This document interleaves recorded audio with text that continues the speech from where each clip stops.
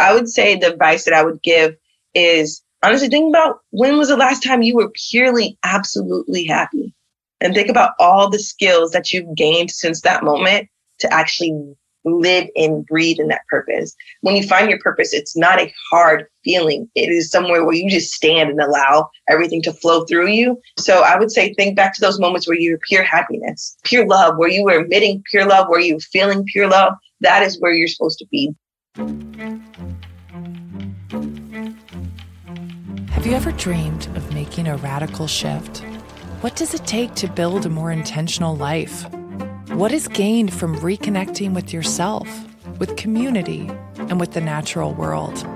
I'm Alyssa Hessler. I've spent the last decade meeting with people all over the world who have made remarkable transitions in their lives. How did they do it? What did they sacrifice? And what have they learned? Stepping away from convention isn't easy, but we all have the power to reclaim the things that we've lost, to slow down, to change course, to create the life we want for ourselves and for future generations. The Urban Exodus podcast shares practical advice and inspirational words to embolden and guide you on your own journey. These are the stories of those brave enough to venture down the road less traveled. This is the Urban Exodus. Urban Exodus is community-supported programming. Please consider sponsoring an episode or making a contribution so we can keep these conversations going. The easiest way to contribute is to click the support button on the top of urbanexodus.com. You can also become a member of the Urban Exodus community to peruse our archives of hundreds of photo stories and interviews of people who left city life, or subscribe to Apple Podcast Premium to have access to bonus episodes, our rapid-fire interviews with guests, and our new mini podcast, Ditch the City, where I answer listeners' questions and offer practical advice on a whole myriad of topics. If you have a question for an upcoming episode that you'd like us to consider, please send us a DM on Instagram or through our Contact Us page. Thank you for helping me continue to do this work. I couldn't do it without all of you. And if you haven't already, we would really love it if you'd leave us a 5-star review on Apple Podcasts or Spotify or whatever service you listen on. And please recommend Urban Exodus to your friends.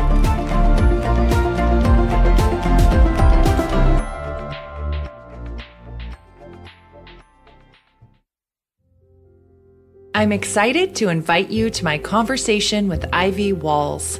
Ivy is a farmer, entrepreneur, and food justice activist located in Houston, Texas. Before farming, Ivy worked as an epidemiologist for the CDC and later became an infection preventionist for a hospital in Houston, where she worked closely with COVID-19 patients.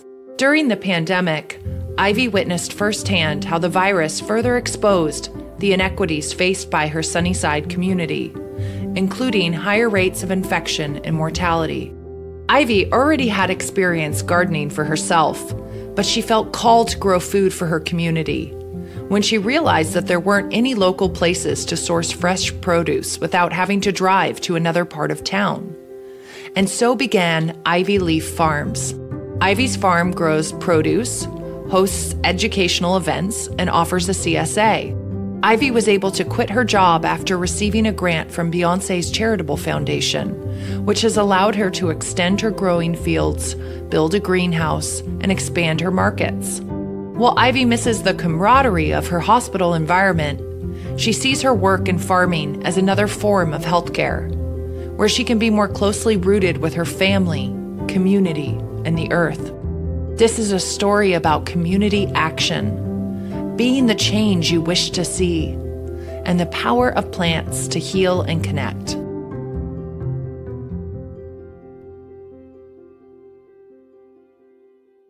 All right, so I'm really excited to have on the podcast Ivy Walls, and Ivy has been working tirelessly for the last 2 years building Ivy Leaf Farms in the Sunnyside part of Houston, Texas.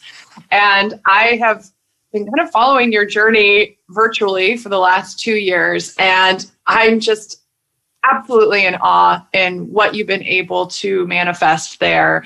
and your energy and passion. And so I'm really excited to have you on the podcast to talk about that journey and to share that inspiration with others, because I think a lot of people see what you have been able to build and are like, can I do that? Can I do that where I am? And it needs to be this kind of tumbleweed of more people stepping up and doing this incredible work. So first off, I wondered if you could share a little bit of your personal backstory, where you grew up and your journey to where you are now.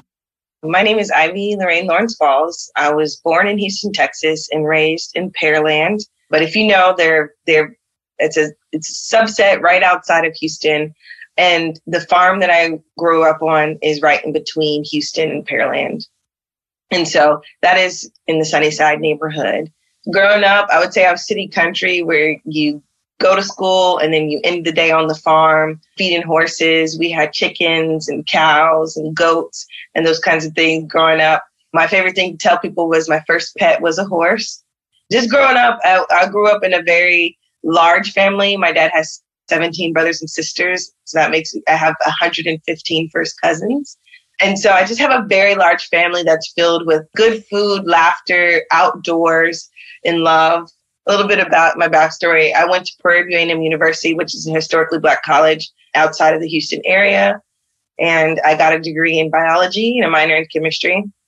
I had a great time there. Let's go back to kind of the beginning stages of your story. You worked in healthcare. You got your degree in biology and chemistry. Before you started the farm, I'd love for you to talk about your previous kind of career path, what your days looked like, the parts of it that you loved, and the parts that were really difficult. After graduation, I went to work for the CDC, which is the Centers for Disease Control, and I worked in Houston, and I worked on outbreaks, particularly tuberculosis and the gastrointestinal outbreaks. So people who get sick at restaurants and this, or like weddings where someone ate a little potato salad and now everybody has to figure out what happened. So studying disease, which is epidemiology, and throughout our environment. And so doing that, my favorite parts were getting an output, right? You get something like, okay, everybody is sick. And then working backwards. It's like, how did we get this? So one time we figured out that everybody got Vibrio from this one washcloth at a restaurant that they were using to wipe the cooler with as well. And they never washed a washcloth. Even though they were washing the cooler, they thought everything was clean, but they were using the same washcloth to rub it down. So we were able to get this mass outbreak down to this one washcloth, and you cannot write a better story. It's so much drama. Germs have so much drama. It's the best. It's the best. So much can come of it. And then I moved over during the pandemic. I was in the hospital system.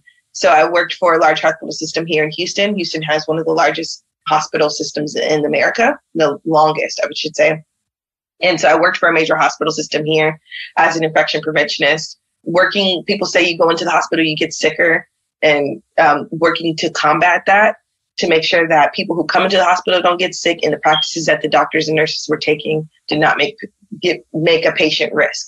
So that was also very fun. You literally put on the hazmat suit and you're running down to wherever they need you, or you're up in the ceiling, making sure that there's not too much dust coming down from the construction, all kinds of cool things. I think the biggest thing was getting that problem and working it backwards and forwards. Like, we want to prevent it, and this has already happened. What can we do to figure out what happened?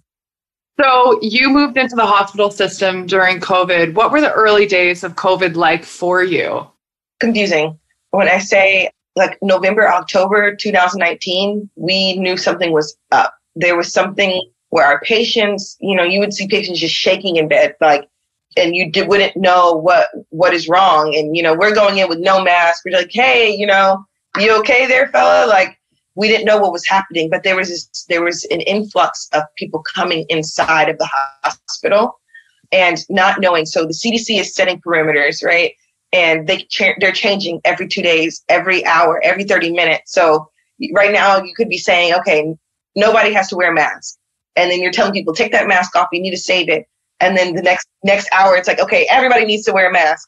And then not only do you need to wear this mask, but we need to reuse it because we're going to run out of masks. And all these patients need to be in negative pressure. So we were trying to figure out how we can turn whole hospital wings into negative pressure, because we thought that everyone had to be in negative pressure. So just imagine this a rolling concept of saying something one day and then having to stick to it and then changing it on the next. And it challenges credibility. It challenges mentally. Like, you think you're sick, you're sending nurses in, like sending them into combat as the best way, and then turning back around and be like, okay, actually that was wrong. And everybody's looking to you, and I'm like, I don't know the answer. But by the time I left, there was a pretty good grip on it. We had good grip on it. Yeah. In August of 2020. I would love for you to discuss the point where you decided that you were ready to quit your job and begin farming full time. Kind of tell us that transition. It's a crazy one. I would say I just purchased a house in Sunnyside in February. And by March, I started breaking ground. And by August, I knew that, one, I couldn't maintain my sanity inside of the hospital.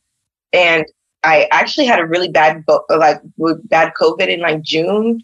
And so I had memory issues. I had a lot of brain fog. That's when people were losing their sense of taste and smell. And so I was having a lot of just issues with keeping up with emails and cognitive things. And so I just was like, this is not the way I want to live my life. And it was a really big turning point for me personally, holistically. What makes me happy? What difference am I going to make? I know I'm making a difference in this hospital, but what can I do for my community? What can I do for myself to make me happy? So not only by the time I got to resigning, I had reached a mental point. I had reached a point where my community needed me. I had reached a point where I didn't know how I was going to make it work. I did one plant pop up, made $1,000 and thought that was going to as long as it can pay my mortgage, I'll be all right. The first day of me not having a job, the Monday I woke up, I won the grant from Beyoncé. I won a $10,000 grant from Beyoncé in the NAACP. And so that same day I was on the news. And that's what kind of helped solidify me and okay, you made the right decision by taking that bet on yourself, bet on your community, bet on this work, bet on the land. I mean, because the land is having a boss and having Mother Nature be a boss. It's two different levels of management. And so I took a risk, and it's worked out for not only myself, but for my community. So your job before was really detective work, essentially, going in and figuring out solutions. And I would say that farmers do the exact same thing, especially when it comes to the world that we find ourselves in now with climate shifting and, the patterns that farmers have been used to seeing all the time are not as predictable. And so I wondered what that journey has been like for you, especially since you are reconnected to the land kind of where you grew up and planting where you grew up. What things you've seen in regards to, a shifting climate and what farmers kind of face trying to mitigate those problems? Yeah, I say it's a blessing and a curse that I've started farming when I did, because our first winter, we had the February winter freeze. So that did everything. We had that same year, we had extreme rain in the month of May. We got 14 inches of rain. And this year we had no rain. So I've experienced every single abnormality. And so I don't have this is the way I've always done it. So I've been able to be flexible inside of that space. So I can say that the skills that I brought over go down to simple as what's eating my vegetables, or what broke the fence, or how did the horses get over, that inquisitive mind, knowing where things are and where things have been and our tendencies for the horses to get across the fence since childhood, they go over by this piece, we need to reinforce it. So using that previous knowledge of growing up there and finding my favorite tree and sitting by it as an adult, it's been really great. It's been great. I have watched your farm grow and your mission expand in the last couple of years and have been ridiculously just inspired by your energy and enthusiasm and passion for this work. And I'd love for you to share what the journey has been like for you and how you've navigated through these periods of growth and evolution. Definitely. So I would say taking every day as if it's a new day, and I make a plan big enough to make it make sense for me to continue to keep walking forward. But when I say it's all been an act of purpose, and it hasn't been forceful. I haven't had to like grunt and push and do like back-breaking, soul-breaking work. It's just been in alignment. Everything has been in alignment. Everything has been within ease. And I say that as I grow as a person to not, freak out about certain situations. I've seen an increase in the farm growing. When I react well, the farm reacts well. Or when the farm reacts well, I react well. So becoming in tune and a part of the land that I love has allowed for me to grow and it to grow. I would say that making the connections in the network that has come from establishing social medias, establishing my voice and talking to my neighbors, talking to my friends has allowed for it to grow, and that everything has been a labor of love. It hasn't been this really intense. I know farming can be really intense and people may think like it's all like, backbreaking, but it has been an extreme flow of like Mother Nature really working with me and me working with it. As if I choose to respect it, it's going to respect me and it's going to turn it tenfold. And so that's really the kind of like evolution that I focus on. And of course, like I think I look back and I'm like, all of these accolades have come and all of these notoriety has come from it. But I think of it every single day is a new day. Like just like when the sun comes up, it's a new day. I think using that MO to use the farm has allowed for me to like be at peace with it. You talked a little bit in previous interviews about this intersection of passion and purpose and how powerful that is. And I feel like a lot of people are kind of seeking that in their lives, trying to figure out. And I think that, we have these trajectories of what success looks like, and oftentimes are at odds with that to a certain degree. I wondered if you had any advice for people, because you were quite young when you put the dots together and were like, this is it, on ways that they can like maybe quiet their mind or think about ways that they could work towards making that passion and purpose come together. Definitely. When I think about what I'm doing, it's the same thing I was doing when I was 3 years old. Same thing I was doing when I was 5, 7, dirty, wearing shoes, boots, maybe on the right feet, maybe not. And so when I thought back to like that core piece of who I am and who I've always been, I'm doing exactly that. I love, my mom used to make these fun agendas and we would have like these programs and going through like Robert's rules and all of these things that make a meeting. And she started me an art club when I was young. And I had my friends come and I'm like, we're going to do this today. And really understanding public speaking and sharing a story and having a platform. I learned that from when I was Miss Prairie View. And I had a platform and it was legacy, leaving everlasting gifts of art and culture for the years. Like getting people to believe in something and pushing. And then that line crosses. So I would say the advice that I would give is honestly think about when was the last time you were purely, absolutely happy? And think about all the skills that you've gained since that moment to actually live and breathe in that purpose. When you find your purpose, it's not a hard feeling. It is somewhere where you just stand and allow everything to flow through you. So I would say think back to those moments where you were pure happiness, pure love, where you were emitting pure love, where you were feeling pure love. That is where you're supposed to be. That is where you're supposed to be. And when we kind of get off our path, that's when things get hard. Like things get hard when we're not on our mission. So using that as a turn, it may not be the job that you really worked hard for. It may not be these things that now that I'm in this phase, it's like all these things that I really wanted was like, oh, I want a Range Rover truck. And it's like, no, you don't really want a Range Rover. Like, you don't want to pay for that. Like, be more practical, be more, I would say, like humble in what you want and what you seek. And then those things will come to you like in tenfold. It's really hard to explain the feeling, but everybody has that feeling inside of them when they've met that moment, almost like that movie Soul, where that takes you into that piece. And it could be walking. Flow. Yeah. The flow. Like, and finding that flow. And oftentimes that flow doesn't have to be a business. It could just be something you're very passionate about. It could be small dolls that you like to paint and get into that flow. So it doesn't have to be this big momentous thing that changes the world, but it changes your world. And that's all that matters.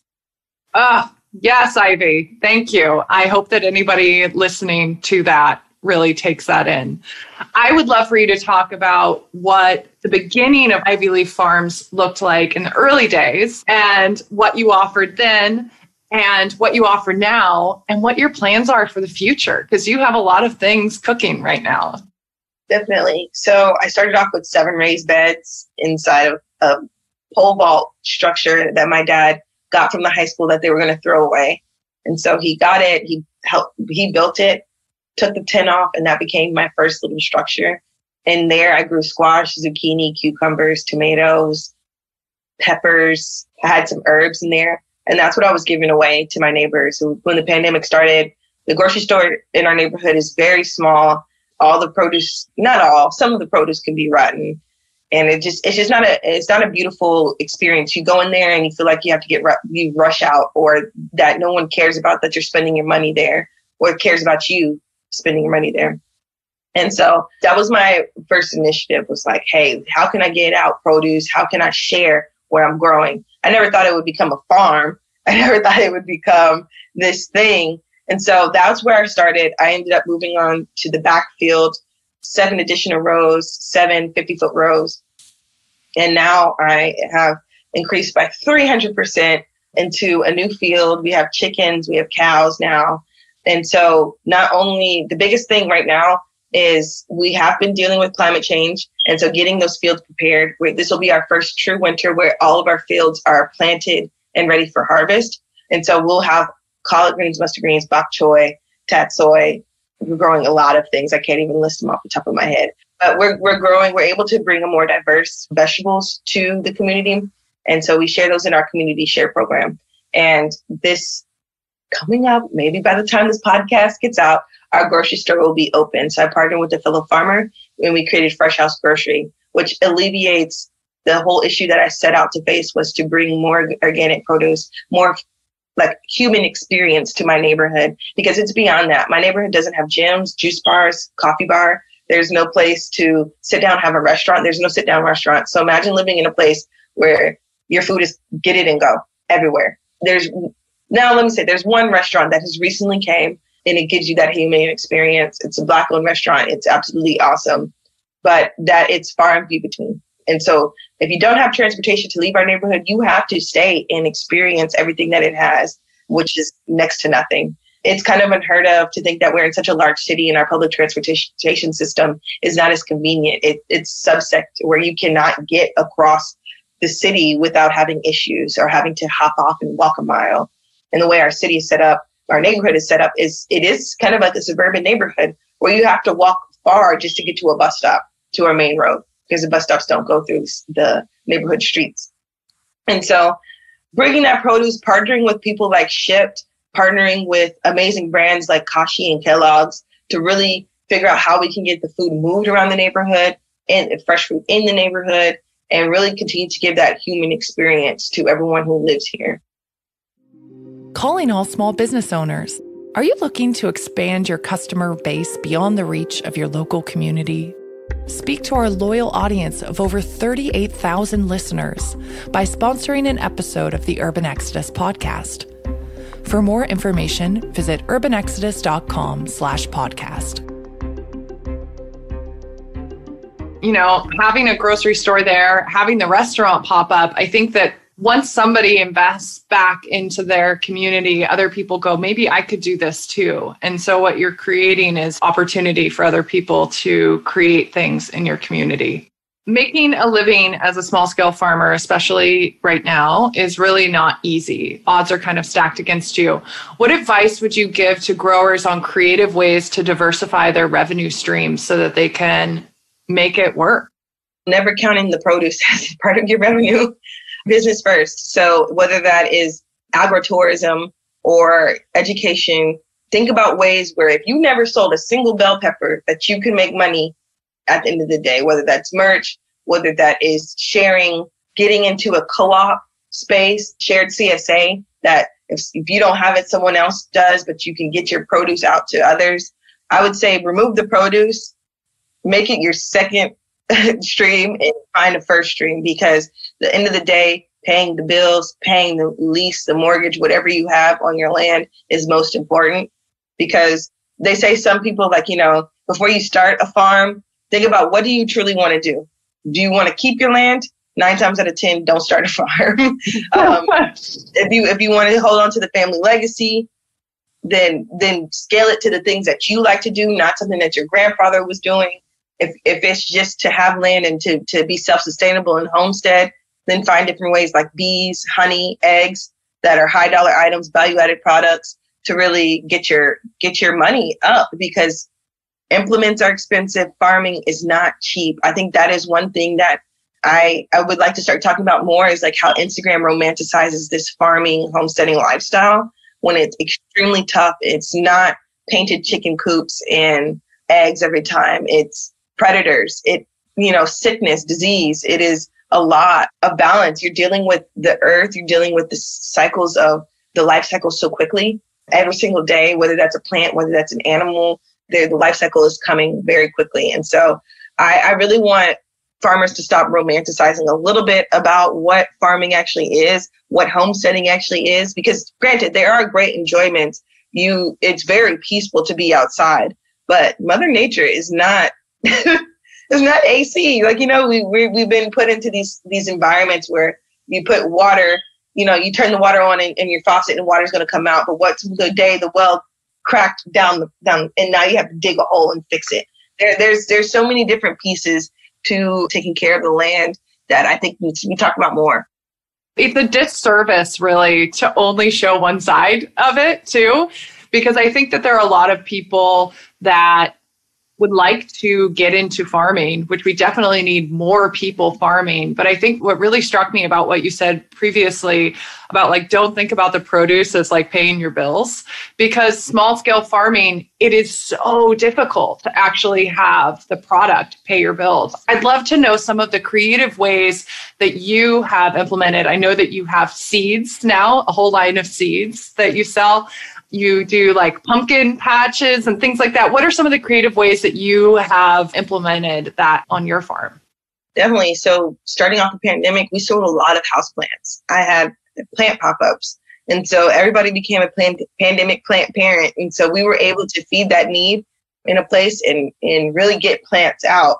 That was the number one thing to get a lot of cash flow in the front. Next, we did clothing. I'm still working on establishing a clothing brand that really fits my body style, because I find that some don't fit my hips, but they might be too long, or don't fit my butt. There's all different types. So I'm working on a clothing line as well. We have the warmest winter coat. So if you need a winter coat, I live in Maine, Ivy. I'm going to get one. We have the warmest winter coat. Once you put this coat on, you would never think about wearing another coat. I promise you, it's the warmest winter coat. And as well as we did a watermelon patch, really trying to figure out how we can move produce from farmers quicker, faster, and make it fun for the community. So we did watermelon patch, pumpkin patch. We're getting ready to start our fall. We're kicking it off with a farm to table dinner as a fundraiser. We are doing sound healing coming on the 17th of September. So I'm really excited about that. Offering these wellness events to the community, shared CSA box, as well as merch, just all kinds of things, going out, speaking fees, establishing myself as a credible person so that I can get paid to speak at panel discussions. So I think that's really important. I think some farmers, we get into our own shell. Farming can be also one thing that's not talked about is farming is lonely. You're outside by yourself all the time and something may not go right. It's a science experiment. Your hypothesis, you're thinking of your own hypothesis. And when your hypothesis doesn't work, it has a reactionary cause. And so when it's not, what you hoped it to be, now you can either take that and have it be self-deprecating thoughts or keep pushing it forward. And so it's a different way. Yeah, establishing yourself as a credible person to share, getting outside of your mind, to share your thoughts, share your failure, share your great things, because different processes work for different farms. And it could be that missing piece that someone is looking for on theirs. You are such an excellent public speaker and you have really honed your mission and your voice. I wondered if you had any advice for people who are trying to figure out, how they step into, just have the confidence to be able to speak their truth. One, you have to find your truth. If you haven't found your truth, if you're pushing your truth down and you're trying to hide it and try to hide what, or not thinking about what, who and what you are and what has made you who you are, then you can't even speak a truth. So finding your truth is the biggest thing. And it's hard. It's the ugly parts. It's the shadow work. It is really getting down to the nitty gritty. And once you get to that point where no one, you can't even say anything bad about yourself, no one can say anything bad about you, then you find a mission, you find your voice. But if we push down our voice, we can't use it. So I think the biggest thing is establishing your truth. When we think about people who are extremely successful in this world, they can tell you, I grew up on welfare. I grew up not having this. I was a teen mom, or they can list all of these things that people might find shame in. Might find, oh, I'm ashamed to know that I X, Y, and Z. I'm ashamed to know that my parents may have been on drugs, or that I didn't grow up in a great neighborhood. When we release that shame, we can grow through it and actually use it as a stepping stool, a rung on a ladder to pull ourselves up. Because when you start sharing your story, sharing your truth, other people can reflect on that and see themselves in that, and then they're more likely to support you. So I think the biggest thing is to recognize who and what you are and use that as your strength and as your mission to push forward. And like my personal life quote is, the beauty of the world belongs to those who master the art of we. I used to think that I'm going to do it by myself. I can do it by myself. And it's like, no, you need help. You need a team. You need a tribe. You need people who are going to support you emotionally, physically, and so that you can keep moving forward. So I think the biggest thing is, one, finding that truth and living it fully. Let's talk about your team. I know that your father has been absolutely instrumental in building Ivy Leaf Farms. Could you speak about your role of family and friends in the making of this? Definitely. So in the beginning, I had my cousin, Tim. He was in town working on a project. He had a lot of big excavation tools. So he was able to help move things, get things into place. So I'm really thankful for him. His family were living at the farm at the time. And so every hand, like, hey, help me with this. My father, my friends from college, my sorority sisters, my partner, my mom, everyone had a hand in it, because I think it happened at a perfect time where people needed something to do beyond being inside of their head. Working with your hands really pushes you to do and think through, some of your own issues, or just work in general just changes the soul. I think hard work really teaches you a lot. And so it was a time where everybody just needed to get their hands busy and outside of their minds, outside of their homes. It's been great.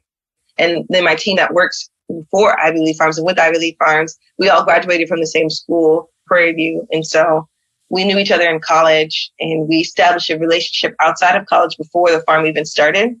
We've been helping each other. Like I said, I help them, they help me. It's not really like I'm their boss or anything like that. It's like, okay, well, what can we do to establish ourselves in our own careers in this space, and what are we good at? And so that's where we're at.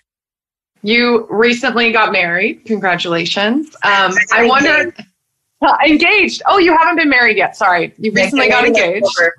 You're getting married in October. I wondered what roles your fiance fills at Ivy Leaf's farm, and any advice you have for couples who are considering farming together, or one part of the couple farms, like any advice to just like make it work, because it is a lot of work to have a farm. Definitely. I think, one, establishing space. The land has a way of infiltrating its mind into yours, and you're waking up thinking about the earth all the time. So I would say create space, whether that is pushing where you're growing vegetables where you can't see it from your home. I have the luxury of not living on the farm. So when I come home, it's home for us. My partner really helps with education. She really helps with me, making sure that I'm, as a farmer, that I'm mentally taken care of. She helps me think through things, and she's a really great marketer. She's really great at Instagram. So she helps me with like reels. But overall, she's my soulmate as well. So we're able to really like vibe and get into flow with each other so that we can go help. But she loves the chickens. She loves figuring out new things. She loves to tell me what to do. So it's great. But I would say that if you were starting a farm with a partner, to go seek therapy first. Seek therapy first, because when bad things happen on the farm, when bad things happen with weather, or, a hurricane might come and blow the top of the barn off and you may not figure out, financial stress comes. So I would say find a therapist that works for you all, so that when bad things happen, you don't turn on each other and that you lean in on each other, because your partner is essentially your partner. It is not an enemy. And so I would say really establishing your communication styles. We have farmers get a bad rep for being angry. They get this bad rep for being angry or, yelling at tools and things. So I would say get a cap on what you establish is farm stress, life stress. And then I don't have kids yet. Whatever, kids bring in a whole nother level of things. So I would say get on one accord when it comes to what you actually want to do and what are your known moments. You talked about it a little bit, but I know that a lot of farmers face burnout in the early days of getting their farm up and running. How do you structure your days to balance work life and home life? Luckily, I live close enough to go home when I'm fried.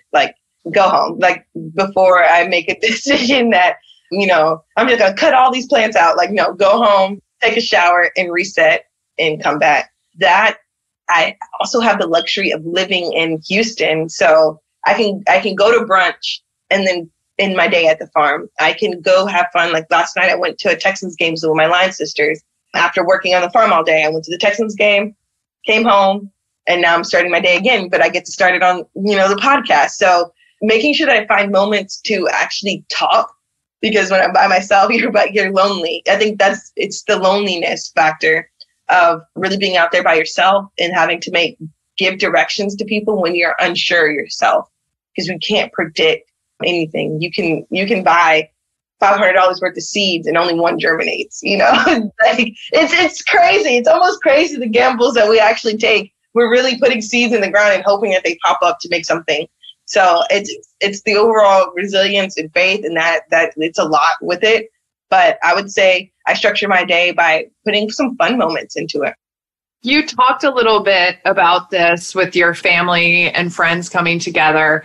I garden hard, I would say. I'm definitely not a farmer, but the healing effects of just putting your hands in the soil and being outside. I wondered how your shift into farming has impacted your mental, physical, and kind of spiritual health.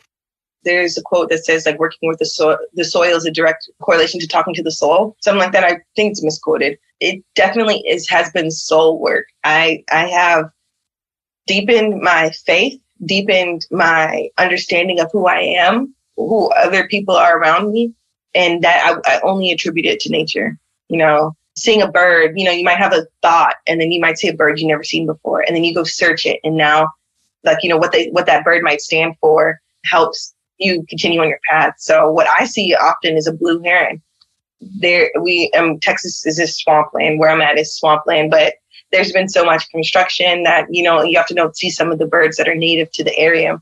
And so when I'm having these thoughts where I'm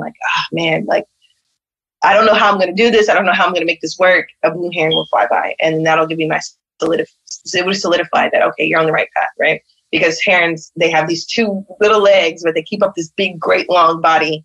And it signifies just standing on your own too, and really setting this independence factor. And so I would say that allowing nature to really flow and give me that inspiration. And it sounds silly to those who don't spend a lot of time outdoors, but you might see a ladybug, right, when you think about your grandmother, or I see red cardinal when I think about my grandfather. And it just helps you know that your spirit is in the right place.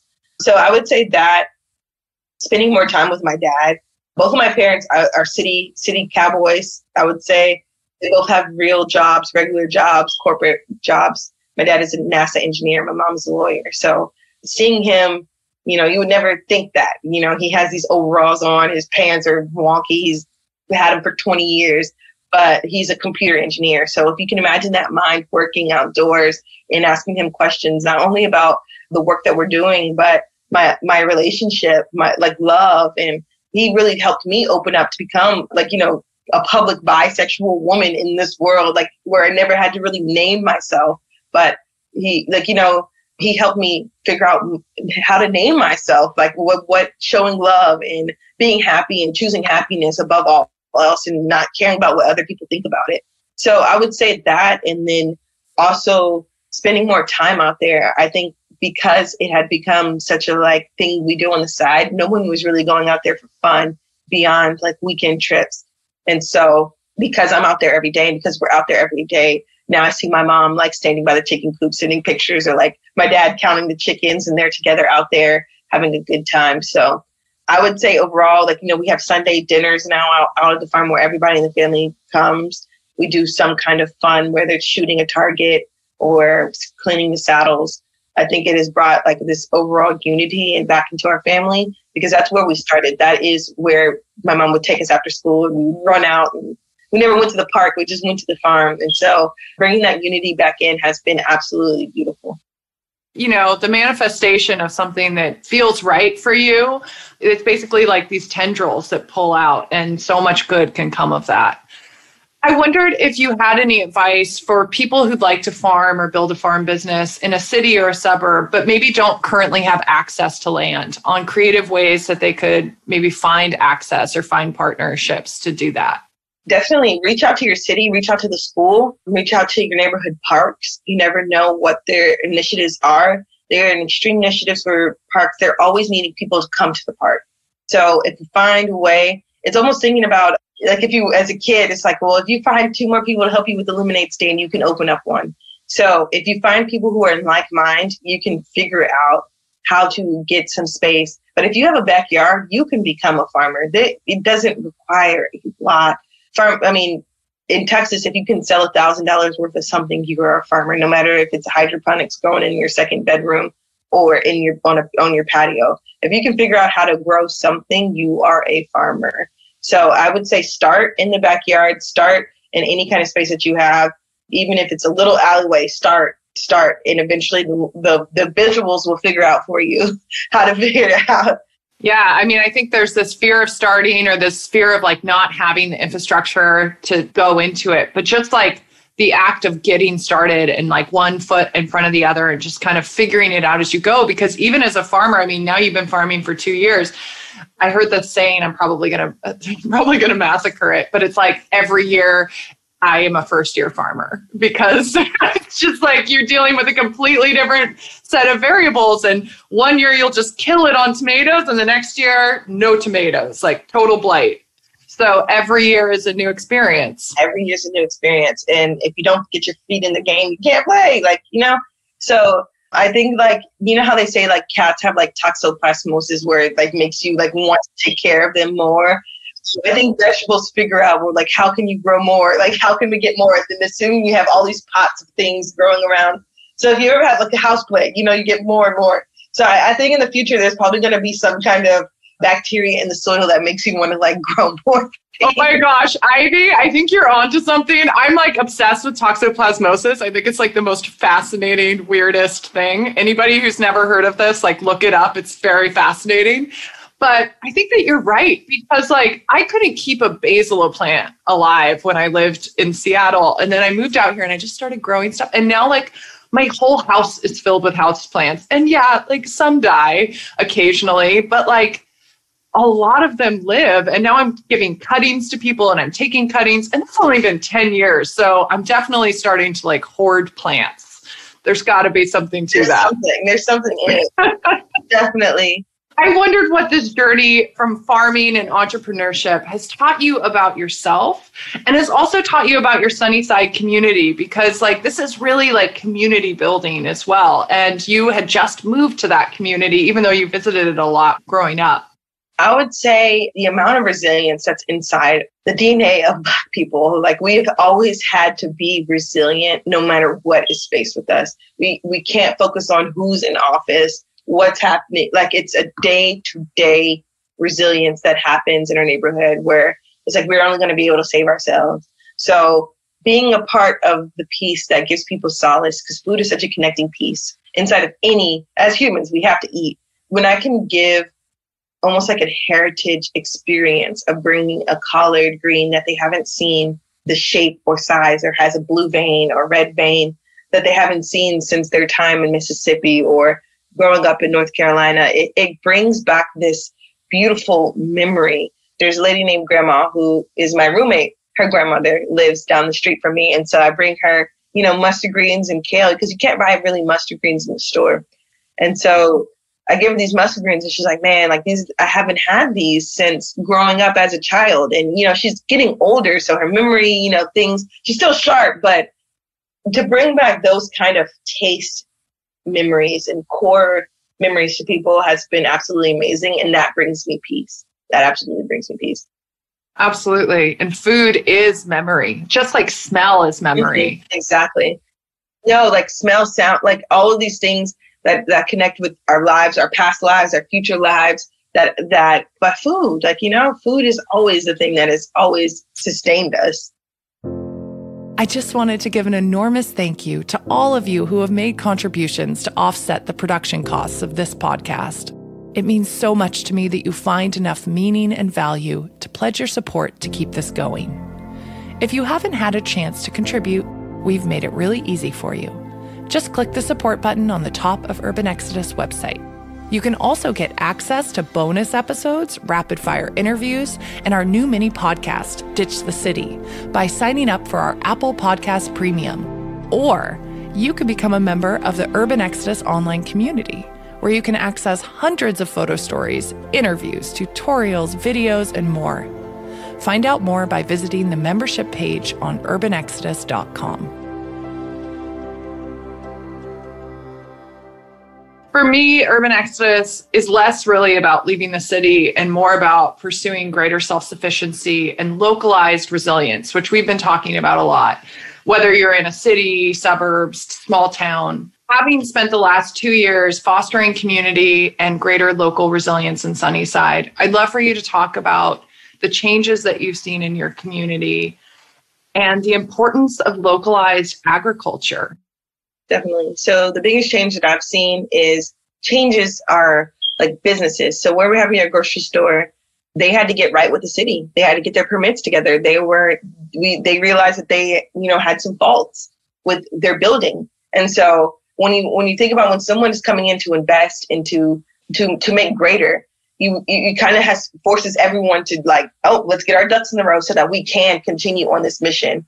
I would say it's that like hustle mindset. I mean, some of the older gentlemen in the neighborhood, they see me hustling and working and they're like, man, like you're a hard worker. I want to help you, or I want to work just as hard, or how can I, get my son or my daughter to work with you? So I would say that it's bringing this level of like, hey, we're moving forward. Like steamroller is coming. All these new houses are coming. Gentrification, whether it's happening by young Black professionals or it's happening by people from the outside, it's coming. So I got to get myself in order so that I can continue to move forward with my neighborhood, or I'm going to be left behind.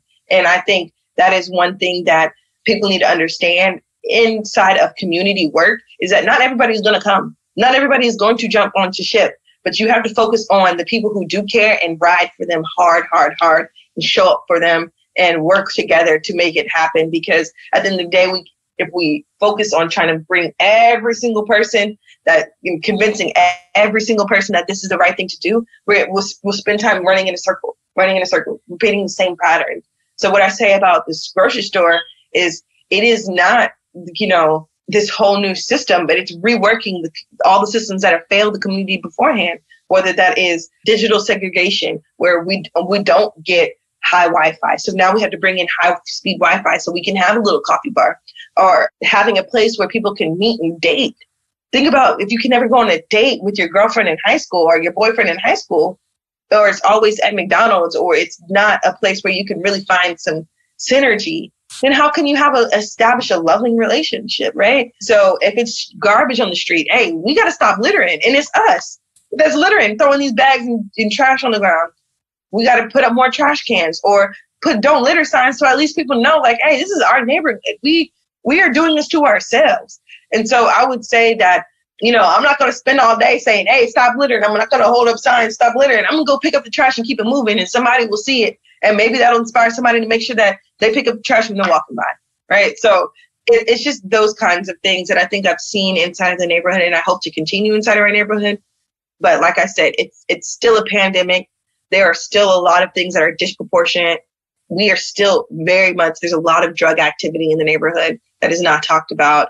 There's only so much. I've also, one thing with community work I would like to share is pick your lane and stay in your lane. We can't solve everything. I can't hop onto the drug crisis because I'm working on the food crisis, right? And I can't hop onto housing crisis because I'm focusing on the food crisis. So that keeps me focused. Like, even though I see all these things, I hope to inspire others to pick up something that they care about, something that is passionate for them, so that they can get into their passion and purpose and cross, and that lane takes off. But if I continue to focus on what I'm doing and how I'm doing it and doing it right every single time, then I can make a change for everyone else and inspire. Absolutely. And so many people get so overwhelmed by the enormity of problems that we're facing right now that it freezes them from action. Just that idea of like, okay, here's the one thing that I can focus on. And yes, maybe I can coordinate with people that are working in housing. Maybe I can coordinate with those people and we can like form ideas and move together. But like, I have to focus on the mission at hand. That just like, it frees you up in a way to just do the work and not get that burnout, right? Exactly. And to not like, honestly, it's stressful to think about all the things that are systematically wrong with saying, hey, we're humans here and we trying to convince a business to bring a grocery store when there are grocery stores across the street from each other and they can make that business plan work, but they can't make a business plan for a low-income neighborhood work, right? If you can put a H-E-B across from a Kroger's, H-E-B is like a big, if you can put a Walmart across from a Target, and we can't get one Walmart, we can't get one Target, we can't get A. So that's just like really insane to me. So to the fact that I even have to say, hey, we don't have food here. We need food. We're humans who need food. Find value in us. We need food. That's crazy to me. That's crazy. It's absolutely insane. Like what I have to do and what I'm doing is absolutely insane to me. When you really think about it on a core level, it's absolutely insane.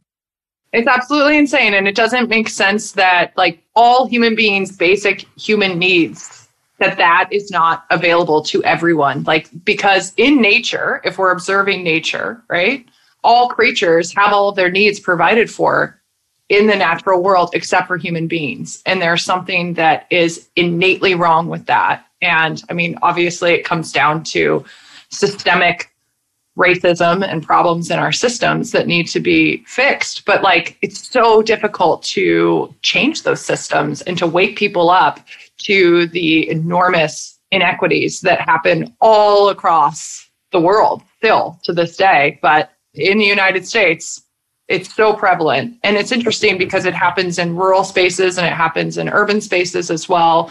And there's so much division. The pandemic has laid bare the enormous problems and disparities in agriculture, from land and capital access to profitability.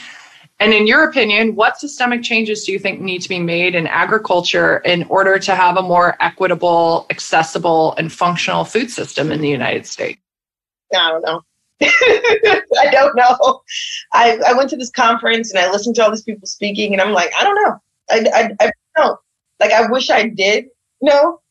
I think that honestly, if everybody focused, no matter if you have land, don't have land, if you're a human, you need to grow something. If you're not a part of a food system, your food system at all, it's the that you're part of the problem. It is not the farmer's goal, like the issue to have to feed the whole entire world, right? It's not but if everyone focuses on their own backyard, their own family, their own household, in establishing some kind of, you should be able to eat something out of your backyard at least once a week. Something out of your patio once a week, whether it's an herb out your windowsill, something. You should be able to have something a part of your food system. I think when we moved away from packing and canning and doing all of these things in our households, because that's what we had to do. There was a time when Walmarts and grocery stores did not exist, and we all had to eat something, right? There was little groceries, neighborhood groceries, but everyone was taking care of their families. Like I said, my dad had 17 brothers and sisters. They never went hungry or had a meal without meat because they knew how to hunt, can, fish, and garden.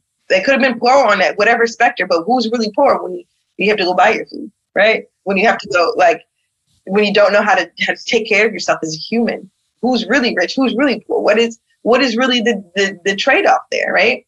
And so I think in agriculture, it's not going to be up to the farmers. It's going to be up to the individual humans to take care of themselves. We're lucky that it wasn't a zombie apocalypse. Like, you know, I'm not into what is this doomsday prepper? I'm not a prepper. Yeah. prepper. But if we had to, where everybody had to take care of their own, the world would have imploded because people don't have skills, first aid skills, not even combat. Combat's not really, but first aid, taking care of yourself as a human skills.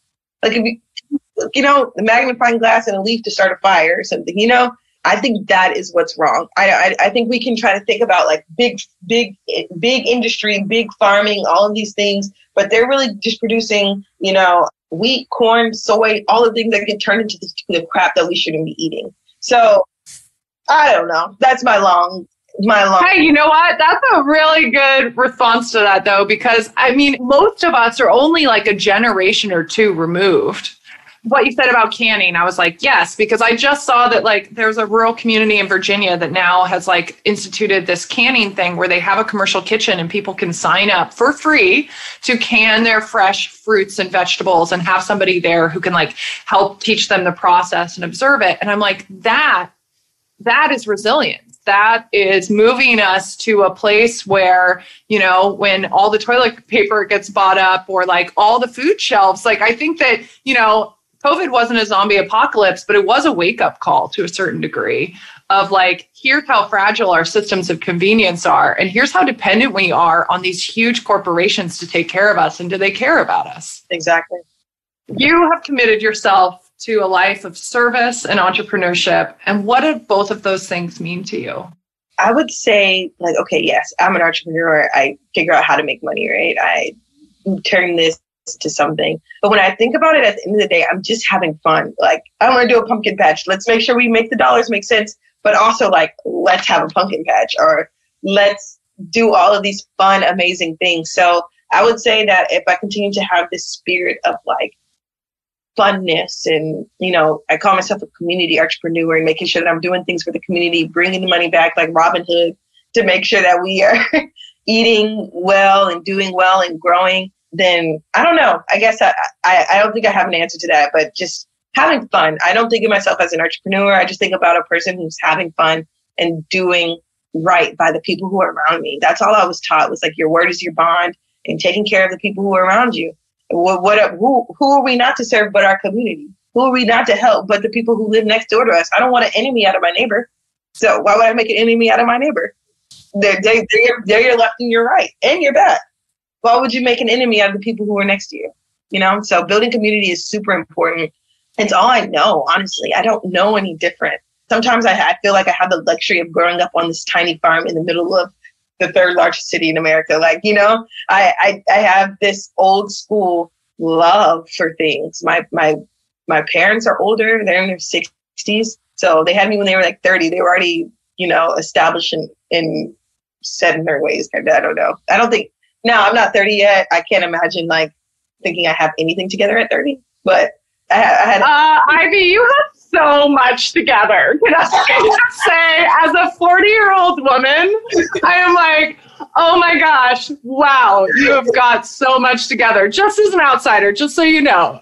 You may not feel it, but I appreciate it. Yeah, so like my parents are 60, so it's like I have older parents who like, my grandparents were born in 1908 and 1913. I'm not far removed from the olden lifestyle. So I would think that my blood is still kind of a generation behind compared to my peers. So yeah, I don't know. I'm just having fun right now. And I'm just excited to have more fun and continue to take care of the people who are around me. What advice do you have for people who are inspired by your career pivot and would like to leave their existing job and pursue their passion as their profession? Make sure your passion makes dollars. Passion ain't free. Make sure you're charging for what you feel like you should have. Yeah, purpose isn't free. Remember that. People think that you have to go out and do this purpose and I'm going to share it with the world. Purpose is not free. you were given skills so that you can continue your lifestyle however you may choose. I would say also realize the things in your life that you really don't need. Get rid of your wants. Stop wanting for things and you'll be happy.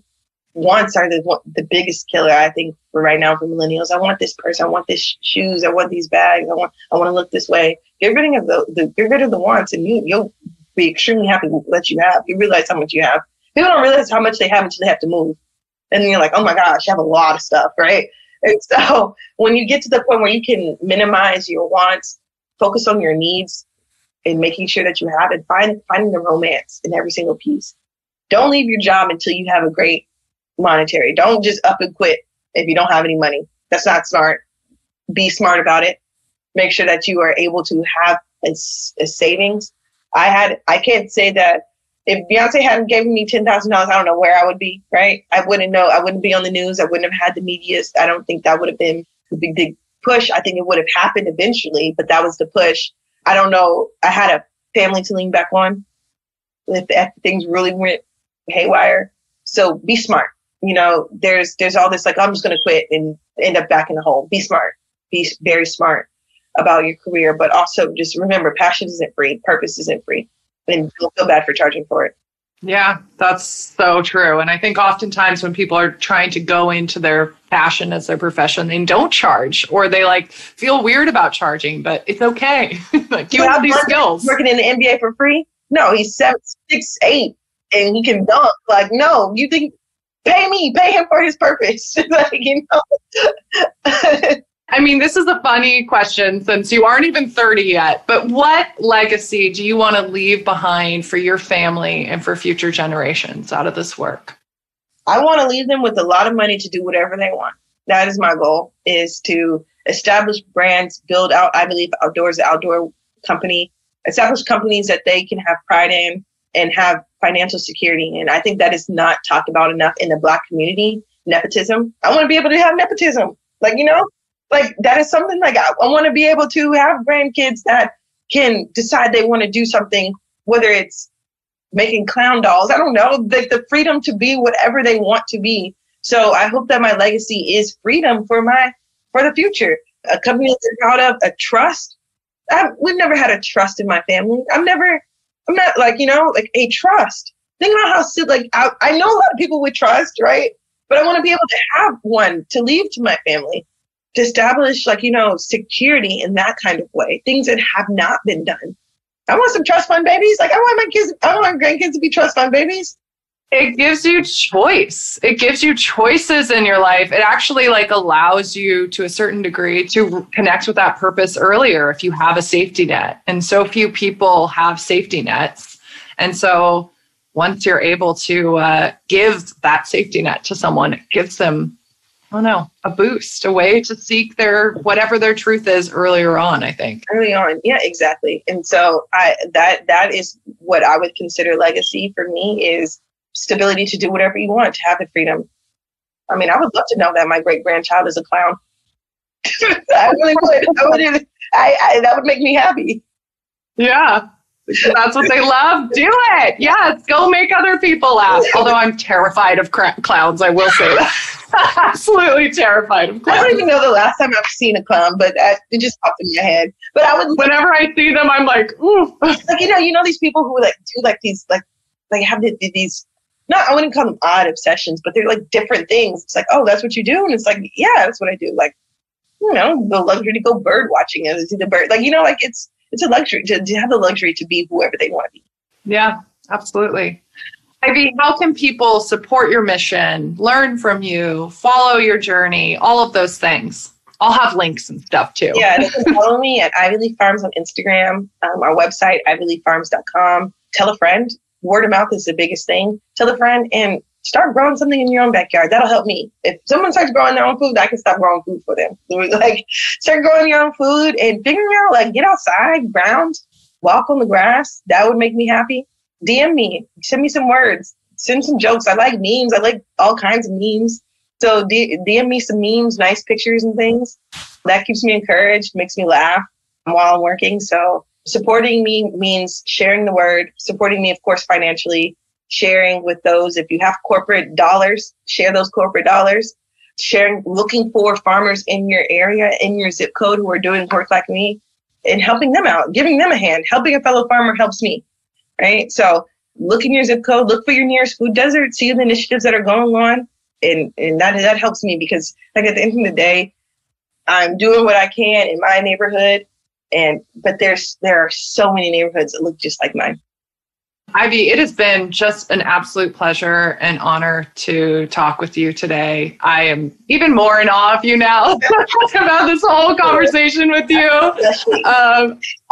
You're just incredible, incredible. Thank you so much for the work that you're doing. Thank you so much for spending time with us and sharing all of this wisdom that you have given throughout this conversation. Thank you again, Ivy, for coming on the podcast. Some of my key takeaways from her episode. Finding your path and purpose in life isn't easy, but once you figure it out, there should be a level of ease and fulfillment that you feel in the work.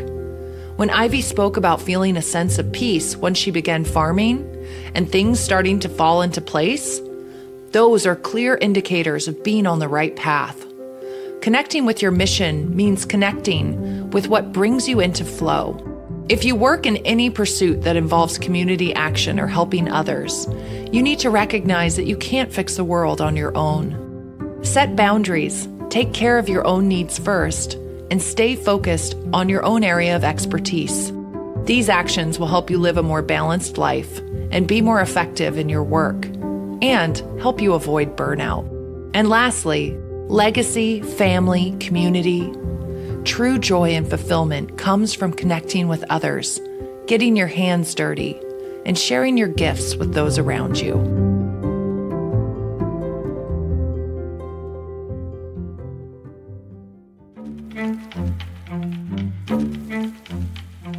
Hi, friends. Thank you so much for tuning into another episode of the Urban Exodus podcast.